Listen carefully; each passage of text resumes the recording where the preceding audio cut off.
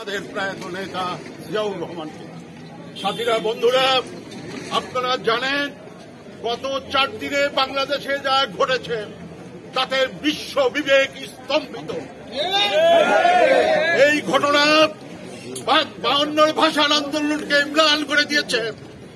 এই ঘটনা 71-এর 69-এর গণ অভ্যুত্থানকে ম্লান করেছে। এই ঘটনা শেখ মুজিবের সময় 72-73-এর নির্যাতনকে ম্লান করে দিয়েছে।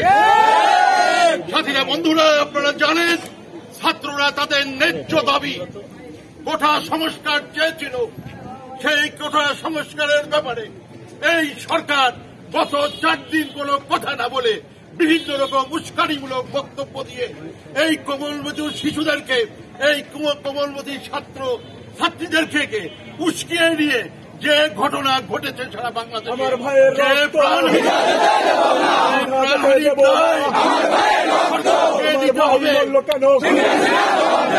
এই সরকারের